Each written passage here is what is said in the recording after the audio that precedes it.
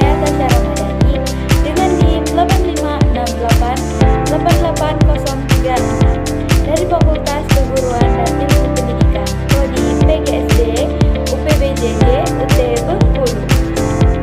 Pada kesempatan kali ini saya akan menjawab beasiswa filsafat ilmu.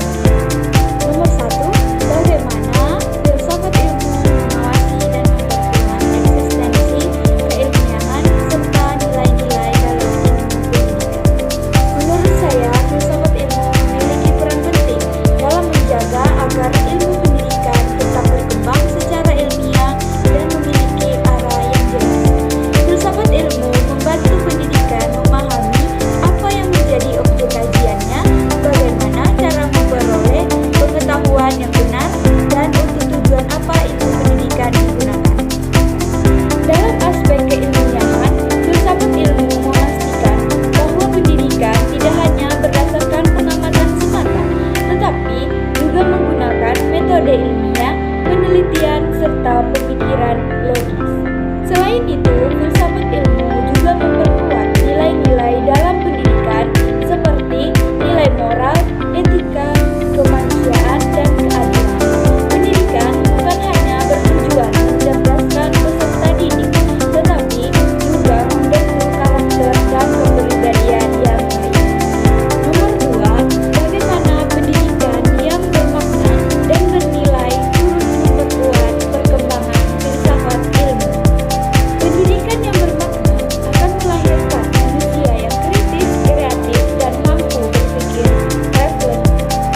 Ketika pendidikan mengajarkan peserta didik untuk berpikir rasional, mempertanyakan suatu fenomena, serta mencari kebenaran berdasarkan data dan logika, maka secara tidak langsung pendidikan ikut mengembangkan filsafat ilmu. Selain itu, perkembangan zaman dan perubahan sosial membuat dunia pendidikan menghadapi persoalan baru. Hal ini mendorong filsafat ilmu untuk terus berkembang dalam mencari jawaban dan solusi terhadap tantangan pendidikan modern.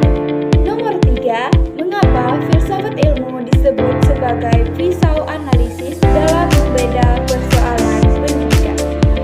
Itu karena mampu membantu memahami dan mengkaji masalah pendidikan secara mendalam melalui 3 landasan utama, yaitu ontologi, epistemologi, dan aksiologi. Ontologi membahas tentang hakikat atau objek yang dipelajari dalam pendidikan. Epistemologi membahas cara memperoleh pengetahuan yang benar dalam pendidikan. Aksiologi membahas nilai dan manfaat ilmu pendidikan bagi kehidupan manusia. Nomor 4, contoh konkret penerapan filsafat ilmu dalam praktik pendidikan dapat dilihat dalam beberapa hal berikut. 1. Dalam kebijakan pendidikan, misalnya kurikulum merdeka yang menekankan pembelajaran aktif, kreatif, dan perkembangan karakter.